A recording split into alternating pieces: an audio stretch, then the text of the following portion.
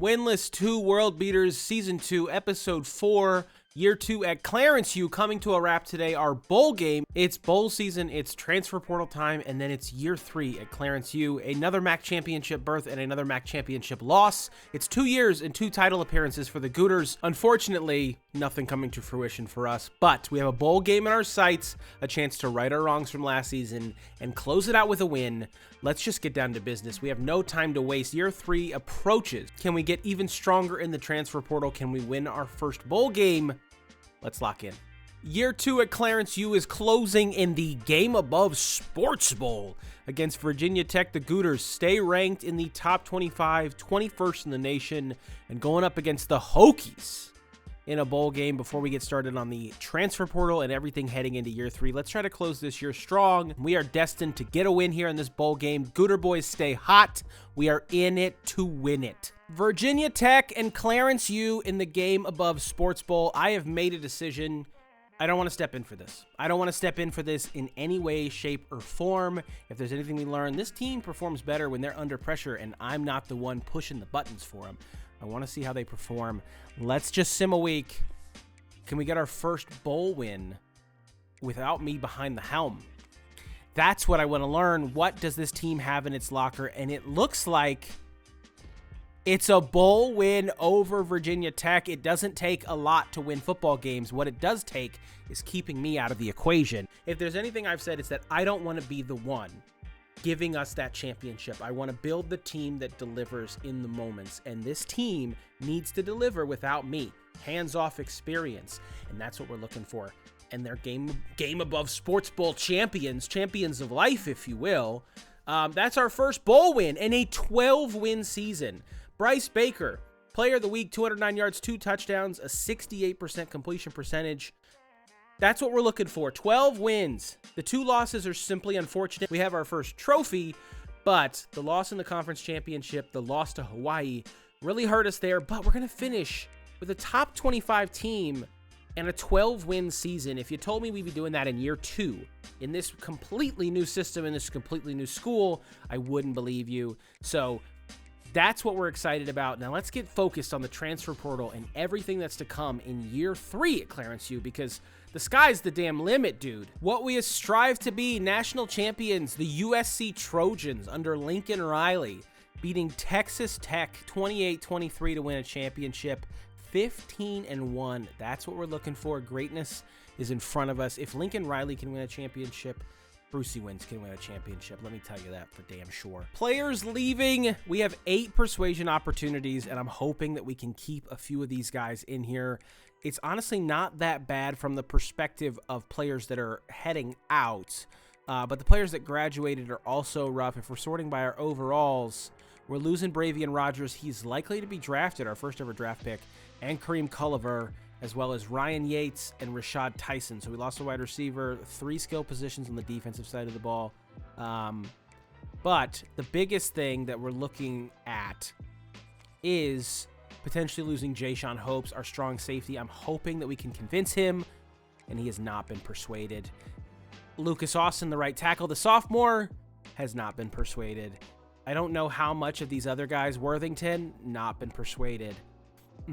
We have not been promoted. We are not an elite employee. I'm hoping that we can at least keep one guy. And so far, we're 0 for 4. Nobody wants to be here. Farrell wants to transfer because of playing time. Honestly, that's okay with me. Quentin McNichols wants out. Downs wants out. We got 1 player staying, and that's Keon Downs, the left guard. Will Brian Boone stay? No, we have 1 more opportunity here. Playing style for Mikael Rath. I want to see if he potentially develops. He's decided to stay. 2 players. We lost a big player in the secondary along with the ones that graduated. So it's going to be pretty tough sledding and rebuilding our defense. We might be a little bit porous. We might literally give up every touchdown imaginable, dude. All right, transfer portal loaded with talent. A lot on our board, up to 32 scholarships out and about. A lot of hours across the board spread.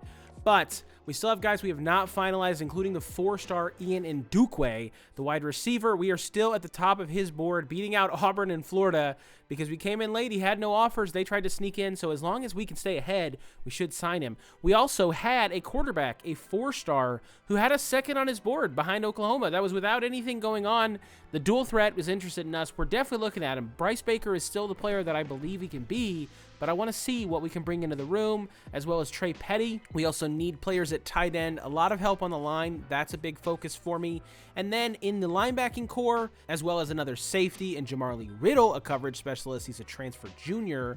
And then a 4-star running back who had us at the top of his board, Peyton Lewis, the transfer junior. We definitely need some help there, and he wants playing time, and that's exactly what we can give him. So a lot of hours, hoping to bring in a lot of the players that we already had scheduled and had hours on. So we'll see if we can get a lot of these guys locked up, because the transfer portal moves so much faster than it does, obviously, during the regular season when you're having recruits come visit. These are guys that are trying to find their next place to play. A lot of NIL money being moved around behind the shadows because it's not in the physical game yet. So I'm hoping we can land most of what we're looking at, land a few of these guys to help bolster our class. We have a lot of positions of need with the players that left. I'll be back and let you know how we're looking. 3 more commits coming in. We ended up getting Phil Haskins as well as Chris Farrow and the punter Deion Jennings, giving us about 300 hours left back on our board. We've also moved to the top of the board for a lot of those guys in the transfer portal. It's looking really good for that. We can start hammering the hours, hammering the visits, try to get these guys over the edge. If we can land even 28 to 30 of the recruits that we're looking at, this class coming in might be the best in Clarence U history. A great class coming in. We ended up getting 31 out of our 32 commits, incredibly getting both the 4-stars, the one we added late and the one we put on in the transfer portal. We nearly got another 4-star running back, which I was really excited about. We had a late surge to the top of Peyton Lewis's board, but with nothing else to bring him home, he ended up choosing Alabama over us. I mean, Alabama, Oklahoma. If Clarence U is finishing 3rd there, we're feeling pretty good about it. So taking him off of our board, 31 recruits. Let's go take a look at the top classes in the country, and especially looking at the MAC. We finished with a 36th ranked class in the nation, 2 4-stars, 29 3-stars. A really good class for Clarence U. I mean, if you put it nationally, it puts us right around the mark of some really good teams. I mean, Duke's there, South Carolina, Kentucky. I mean, we're recruiting better than some SEC programs. They're saying we're ready to take over the SEC, but we're going to give them a little bit of a breather. They don't need to experience the full raw power of Clarence U yet, but a quarterback transfer that's going to fight for the position, a wide receiver coming in, another quarterback, and then some offensive line help. I really am excited about this class. This is easily our best class coming in. Now, how's that going to translate in year 3? All right, training results are in, and it's pure chaos here. I don't know what to do, to be honest with you. Demon Williams Jr. coming in an 88 overall, but Bryce Baker with a massive jump in his offseason, the redshirt sophomore, an 87. He's up to an 86. He's playing like an 87, but Williams has 90 speed, 94 acceleration, 90 agility, 90 change of direction. I mean, it's pretty close. It's kind of insane. The roster looks really good, especially at the quarterback position. Trey Petty, he's an 80 overall, and then Stuckey down there at a 78. But these 2 quarterbacks, I don't know who we're going to go with. In the running back room, Joe Jackson, the redshirt senior, up to an 85 overall. Shelton Lighton up to a 78, the redshirt sophomore. Not a lot from Maurice Randall and Jackson Poe. Really nothing going on there. In the wide receiver room, again, not looking great. Hoop with a big jump up to a 77 overall. He's got 91 speed. Kendrick's up to a 76. But then Wysong and Cypress. I mean, it's a pretty thin room. And then at tight end, Delgado is probably our best option here. Unfortunately, we have a very thin room at tight end, but he does have good speed for a tight end, though. 83 speed with 86 acceleration and 79 change of direction. I mean, he is a vertical threat for a reason. It's just going to be pretty thin. Our offensive line looking decent as well. Seniors kind of across the board. Seniors, juniors looking pretty thin depth-wise at some of the positions. Especially at right guard is probably our weakest, but our tackles are good. And then the defensive line is really nothing to write home about. I said our defense was going to be pretty weak this season, and I meant it. But Elijah Groves, who we brought in the transfer, he's got 99 acceleration at linebacker with 93 speed. Had a massive jump this offseason, so that's going to be huge to see how he performs. And then Vakari Swain, platinum house call, 94 speed, 96 acceleration. He's an 83 overall, but he's a redshirt senior, so there's nothing really in the future we can look forward to. But his last season here, definitely going to be super important. And then Jamarly Riddle, who we brought in, he has 88 speed, 91 acceleration, 89 agility. He's also got Silver House Call, so he's going to be starting for us. Again, it's not really that exciting, but there's good depth, there's good young players, there's a lot of talent. It's just pretty middle of the road at some of our positions that we do need. Can we get back to another MAC championship? Can we have another exciting potential top 25, top 15 matchup? I mean, it's a lot to be excited about at Clarence U. Are you tapped in? Because if you're not, what are you doing? What are you doing? The Year 3 schedule is out, and it's a revenge game. This time at the Wyndome against Hawaii. No way we're going to suffer the same fate as last time. Eastern Michigan, another home game, a bye in week 1. So we play week 0 for the first time. A bye in week 1, Eastern Michigan, and then on the road at Indiana, heading to see Kurt Signetti. And then Buffalo, before we have Temple and UConn on the schedule, and then it's all MACtion, baby, all the way to potentially another MAC championship appearance, I'm hoping. 82 overall, 84 offense. Probably our best offense we've had in our time at Clarence U. I'm going to go set up our board, see where we're looking, see what prospects are looking at Clarence U after our best season ever, and hopefully we're starting to see the momentum, we're starting to see the buzz. The Gooters are here, man. Everybody's paying attention. Probably our most exciting recruiting class potentially ever. I'm very excited about what we've discovered on our board. First and foremost, a lot of 4-stars starting to look at Clarence U. We were waiting for when we'd start to see the jump in the interest from more and more talented players from around the country. The 4-stars are starting to show interest. We have a lot of players like Devin Moultrie, who has us #1 on his board before we've ever had a conversation. 87 speed, 90 acceleration. Definitely looking at him, as well as George Diamond. 89 speed, 90 acceleration. And then also a 3-star gem that also had top interested in us, and that's Frederick Scaife, the contact seeker from Frankfort, Illinois. Looking deeper at our board, more gems to be found. There's some serious heat across the board. Davon Hooks, the right edge, pure power, 87 strength, 74 tackle, 80 power moves. He's got winning time and team player. Then Brendan Cook, 92 speed, 89 acceleration, 81 tackle. He's got good zone coverage, decent play recognition, decent awareness, stuff that we can work on, but a potential absolute demon at linebacker. And then in the secondary, Rico Pope, the 4-star, is a gem as well. 91 speed, 90 acceleration at free safety, 88 agility with 86 change of direction. And then Jason Ferris, an insta-commit, our very first one, had us on his board, offered a scholarship, and he said, I'm all in, Gooter boys stay hot.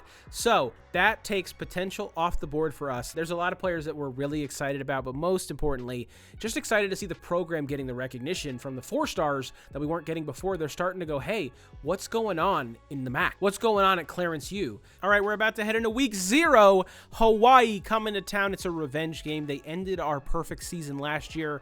I'm also going to test something out. We're going to do a shorter episode this week. I just want to know what you guys are thinking, what you guys are feeling. Please let me know in the comments down below. If you like the longer videos, if you like seeing more of a season, if you like the shorter videos, getting glimpses at what's going on, and then seeing the full picture in multiple episodes, let me know what you're feeling. But I feel like what we're going to do is we're going to step in for the moments here against Hawaii, and then we're going to sim through the first stretch of our season, see where we're at about mid-season, and then I will see you in episode 5 for the rest of year 3 at Clarence U. But I want to test this out, so let me know what you're feeling in the comments below. First of all, thank you so much for watching, and thank you for hanging out with the Gooters. Gooter boys stay hot. Let's get into business. Hawaii at home, coming to the Wyndome, and the biggest thing that we also need to decide is who is playing quarterback for us. We haven't had the conversation yet, and I feel like it's got to be Demon Williams Jr. He's the dual threat coming in, redshirt junior. Bryce Baker, though, wants his playing time. You know that he wants his playing time. I just feel like we have to give the guy a chance. Demon Williams Jr. is an absolute stud coming in. He transferred here for a reason. The 4-star chose us over Oklahoma and programs like that. We got to take him. So I think that's who's going to start for us at quarterback. We'll see how he performs, especially in the sim. And if we have to make a change, Bryce Baker's worked his ass off for this program. I'm not ready to give up on the kid, but I want to give the transfer a shot. He came here to play ball. Let's let him play ball. Hawaii at home to open the season in week 0. It is a revenge game for the Gooters. We have a huge overall matchup, and we are getting the ball to start here at home. This is exactly what we're looking for. We want to try to get going early and often. There is a lot at stake for us this season, especially with the way that the program is moving. We don't want to come in and just fall flat instantly out of the gates. So let's see how Demon Williams Jr. is. He's so fast out of the backfield. I mean, just instantly picking up a first down with his legs. We're not expecting him to do it. He's got a great arm, but if he's going to be able to escape, we might as well use it when nothing is opening up downfield. And that's a big first down. See if we can get this drive going early. Looking for the tight end over the middle. Bang!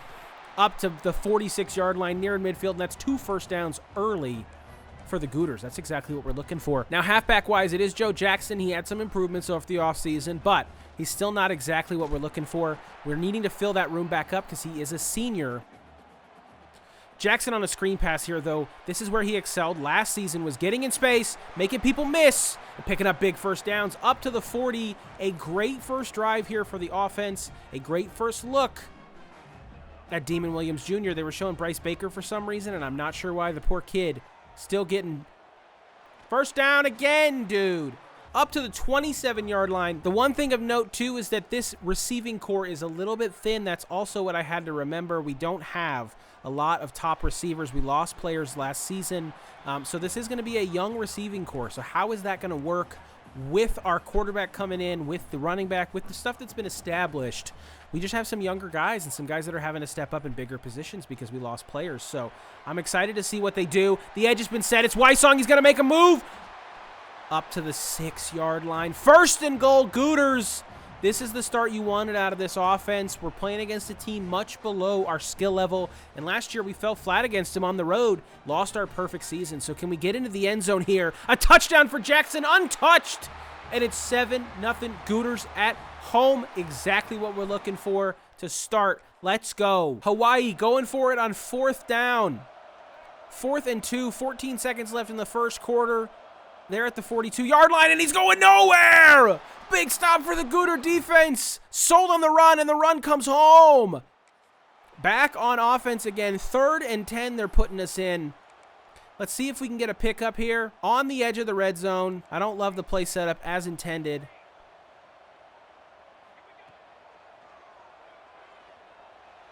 Loving this for Wysong. Make the grab, Wysong. First down, Gooters. Demon Williams Jr. making the plays that he's needing to make. Another first down into the red zone again. Bryce Baker might be out of a job if Demon Williams Jr. doesn't slow down here. Joe Jackson again into the end zone. He's unstoppable. He's unstoppable, dude. Joe Jackson heard me talking about revamping the running back room and said, hey, man, don't forget that I'm here, and I'm here to play football, and I've been working my ass off. How are you going to talk about me as somebody who's already an afterthought? I'm right fucking here. And you know what? I got to give it to him. He's out here and he's performing. Let's see if he can keep it up this year because the run game needs to get going and going fast. Hawaii scores. We're in the 2-minute drill now. 14-7 Gooters. Once again, the run game has been the biggest difference in this game for us so far. Only 5 carries, 23 yards for Jackson, but two touchdowns. A minute 30. We need to get more points on the board here. And don't forget the defense, super thin, supremely thin. So scoring for this offense is going to be very important because the defense does not have a lot at the skill positions. It's a pitch. It's Jackson. Get out of bounds. That's a late hit out of bounds, ref. Are we paying attention? A minute 8 left. Up to the Hawaii 41-yard line. Jackson can't break a tackle here. Matthew Sherrill's coming in like a bullet, dude. And all of a sudden, there's 40 seconds left. We lose 2 yards, 2nd and 12. No panic in this team. No quit. Jackson, once again, finding space. We're going to take our first time out. 34 seconds left. We need to do a bit better with clock this season. If you were watching the last couple episodes, you're probably pissed at how poor the clock management has been from your boy. But we're hoping we can be better this season. Going over the middle. Absolutely slapped. 51-yard field goal. We're not taking it. We're not taking it. I think this is a risk opportunity. Flip the play. And I'm looking at Jackson out of the backfield here potentially. Right there. Big money. Makes a move. Gets up. One timeout left, 23 seconds. Let's try to keep this timeout as much as we can. Exactly what we're looking for right there. Jackson finding a lane, getting big yards, right to the edge of the red zone again. And you know who I'm looking at over here? Is my own ass. 2nd and 22, we're going to use the timeout. It means we're looking towards end zone. We can't really get anything but the boundaries. Once again, we might end up kicking the 51-yard field goal if we can't find anything. I just want to pick up a few yards. It's 3rd and 22. So if we can pick up a few yards, I'll feel happy about this. Get out of bounds. Huge. 4th and 9 from the 20. We'll take it. That's points potentially on the board as long as I don't miss this kick. And that's better offense from the Gooters that you're looking for. And he buries it. 17-7 going into the half. That's a better drive to close the half. That's good clock management. All right. 17-7, 3rd quarter, not getting stepped in at all. They're going forward on 4th down, 4th and 1 from our 40-yard line. And they're going empty. They're going absolutely empty. I don't feel like this is a little bit too deep. Gonna make a big catch over the middle. Gets slapped around. Big pickup. DeMarcus Davis finding his man. And all of a sudden, it's only a 7-point game. 2 minutes left. This is a drive to seal a victory, and we're going to need drives like this season. We need to close games out. Joe Jackson. Joe Jackson. Huge pickup. Another first down. Forces the Hawaii timeout. Offensive line doing their damn jobs. Getting the pushes. Joe Jackson again. It's a big 4. Once again, make them use these timeouts. They're running out of the ability to keep up. 2:33 left in the 4th quarter. Jackson pushing his way up. 3rd and 2. This would be a massive pickup. And you know what? I know exactly what I want to do. A potential game sealer here. We're at the 47-yard line of Hawaii. And it's absolutely bagged.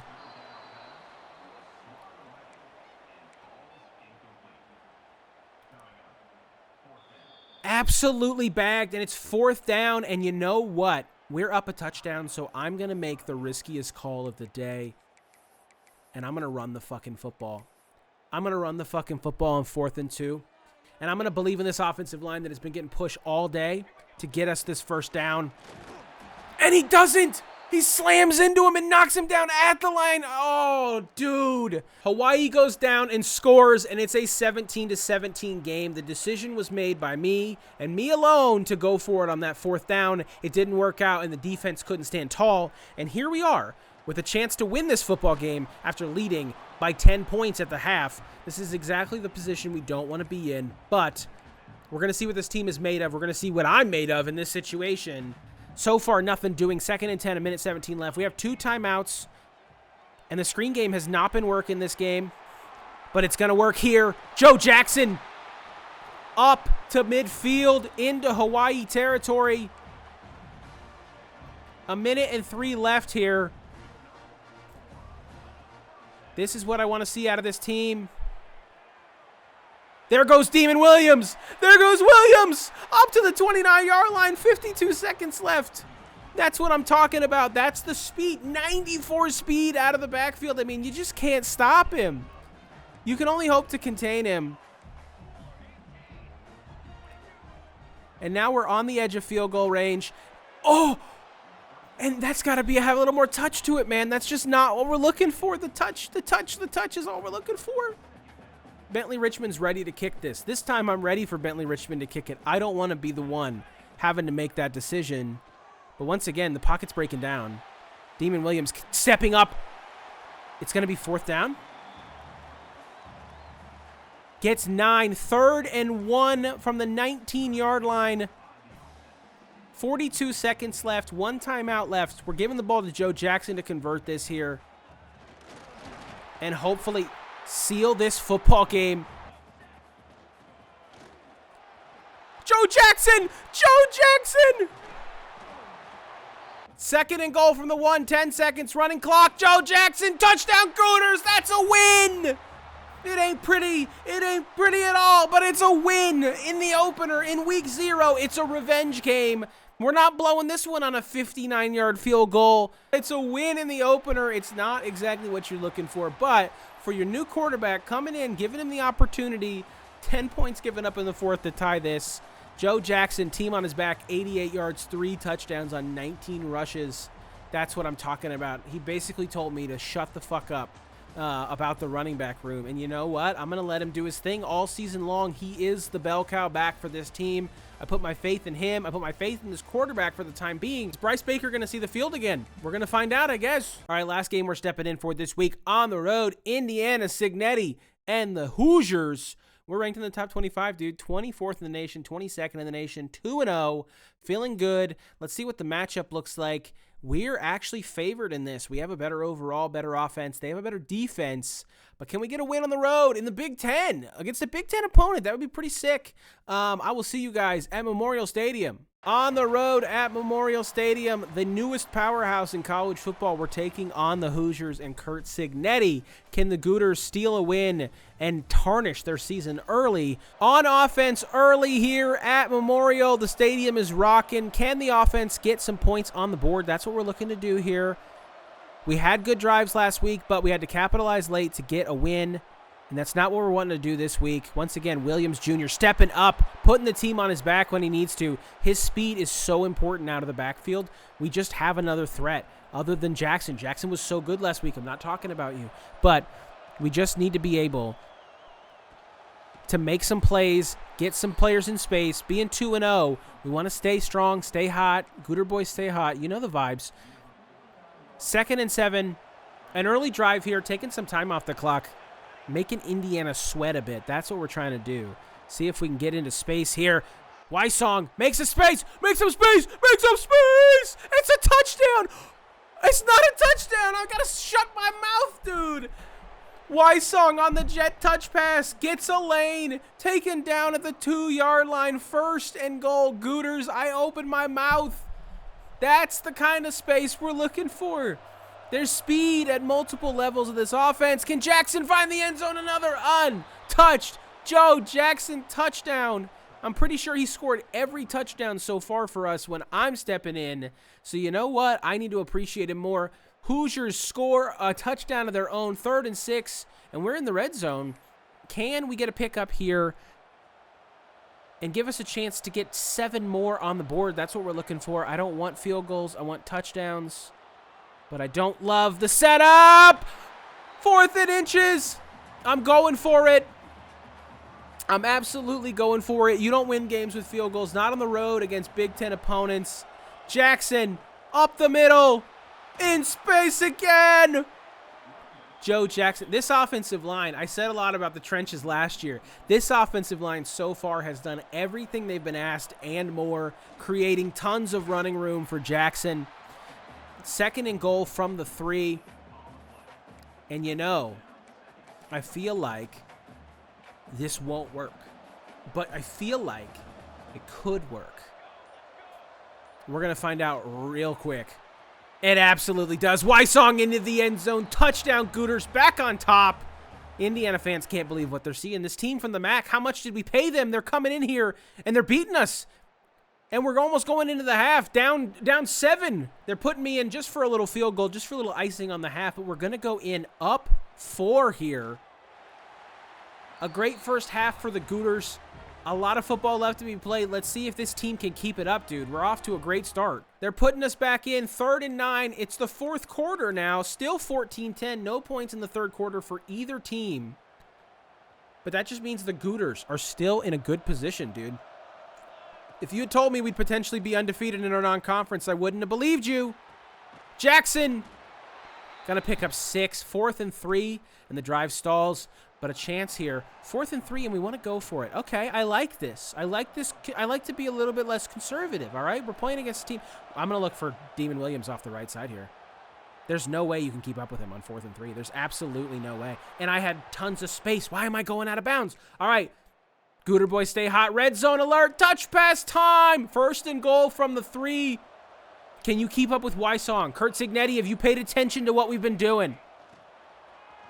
Absolutely not. It's a White Zone touchdown. Gooters by 11, baby. Bang! That Gooter offense is unstoppable at the moment. 21-10, 3 minutes left, 4th and 6, and they are going for it here.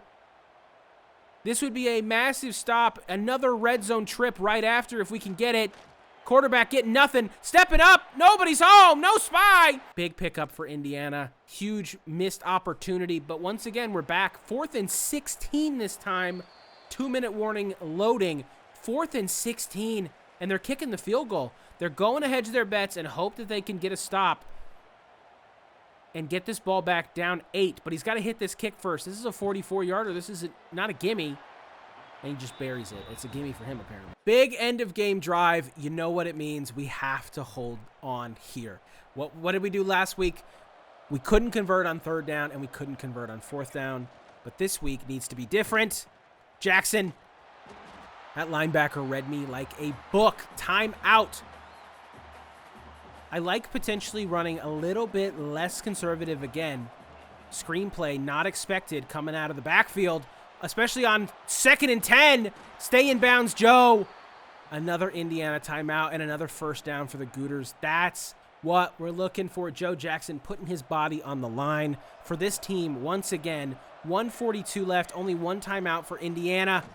Jackson. 7 yards. A 1st down here seals this game. 1:37 left. Our left tackle is absolutely hot. Jackson cutting it back. 3rd and 1, injury timeout. Unfair for us because the clock stops and they didn't have any timeouts remaining, but whatever. 3rd and 1. Pick up here seals the game. Joe Jackson and the Gooters are going to win on the road at Indiana. Another non-conference sweep for the Gooters. Brucey wins, feeling every bit of it. A ranked matchup in week 3, and it just feels so good to come out of here with a win. Kurt Signetti, it's good to see you. Thank you for having us. Wow. Taking that MAC paycheck. Only 163 yards passing. 2 touchdowns, though, for Williams Jr. and a 73% completion percentage. Efficient. And that's 3-0 for the Gooters. Top 25. Are we built for the playoffs this season? Is the transfer quarterback coming in gonna be the one that gets us over the hump? Is everything lining up? I guess we're gonna see, dude. I'm feeling amazing right now. All right, we're going to close this week out, getting to mid-season. We're going to see where we are after the Buffalo, Temple, and UConn games. And then we're going to have a big MAC schedule coming down the pipe. But 19th in the nation heading into this matchup against Buffalo. They beat us in the conference title game last year. We're going to sim through these 3, see if we're 6-0 heading into mid-season, and see if we're feeling as good as we did after the win against Indiana at Clarence U. But everything is setting up nicely. Even Oregon's going down to Iowa, which didn't happen in real life last week. Closing out this week's episode, the Gooters are 5-1, but it sets us up for a potential matchup back in the MAC championship game. We lost to Buffalo on the road in conference. Then we beat Temple and beat UConn. So 5-1, still ranked. There's a lot to be excited about, but that loss hurts, but it just sets us up for a rematch again in the conference title game. It feels like our rival right now is Buffalo. So 5-1, if you told me we'd be 5-1 and have the recruits on our board and have the excitement around this program that we do at the end of this episode, I would take it every damn day of the week, dude. There's a lot on the line coming up. Our MAC schedule, dude. So much on the line coming up. Our MAC schedule, the meat of everything, and our hopes of getting back to another MAC championship. This will be a bit of a shorter video. I feel like not as short as I had hoped, but I wanted to test this out. Let me know what you think in the comments down below. Let me know what you're looking for from the series. Gooter boys, stay hot. Thank you guys so much for the love and the support. I'll see you next week. MAC schedule, hopefully a MAC title, hopefully another bowl game appearance, hopefully our best recruiting class ever. There's so much on the line. I'll see you guys next week. Thank you so much for watching. Peace.